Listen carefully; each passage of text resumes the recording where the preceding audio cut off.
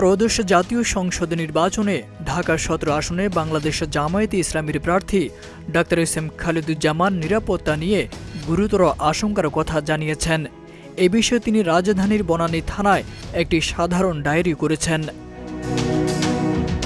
যেখানে উল্লেখ করা হয়, নিয়মিত নির্বাচনী প্রচারণা ও রাজনৈতিক কার্যক্রম পরিচালনার সময় গত ৯ ফেব্রুয়ারি আনুমানিক রাত ১০টার দিকে বনানী থানাধীন ৪ নম্বর রোড এলাকায় প্রচারণাকালে তিনি ও তার সমর্থকরা বিভিন্ন ধরনের বাধা, ভয়ভীতি, হুমকি এবং আতঙ্কজনক পরিস্থিতির মুখোমুখি হন। ডাক্তার খালেদুজ্জামান অভিযোগ করেন, বিভিন্ন সময় প্রত্যক্ষ ও পরোক্ষভাবে তাকে হুমকি দেওয়া হচ্ছে। এমনকি বিভিন্ন সূত্র থেকে তিনি তথ্য পেয়েছেন তার গাড়িতে কিংবা তার স্টাফদের মাধ্যমে অস্ত্র উদ্ধারের নাটক সাজানো হতে পারে।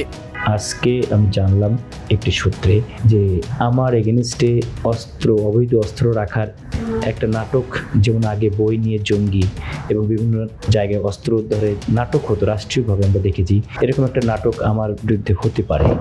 আমি জনসমক্ষে এটা জানিয়ে রাখলাম। এই কারণে এটার জন্য আমি কিন্তু বনানী থানায় একটা জিডিও করেছি। জিডিতে বলা হয়, এ ধরনের পরিস্থিতি একটি অবাধ, সুষ্ঠু ও শান্তিপূর্ণ নির্বাচনের পরিপন্থী। একজন প্রার্থী হিসেবে নিজের জীবন ও নিরাপত্তা নিশ্চিত রেখে প্রয়োজনীয় ও পর্যাপ্ত নিরাপত্তা ব্যবস্থা গ্রহণ এখন অত্যন্ত জরুরি হয়ে পড়েছে। ডাক্তার এস এম খালেদুজ্জামান প্রশাসনের প্রতি তার নিরাপত্তা নিশ্চিত করার পাশাপাশি নির্বাচনী পরিবেশ শান্তিপূর্ণ রাখতে কার্যকর পদক্ষেপ গ্রহণের আহ্বান জানিয়েছেন। তারেক আজিজ খান, প্রজন্ম ২৪।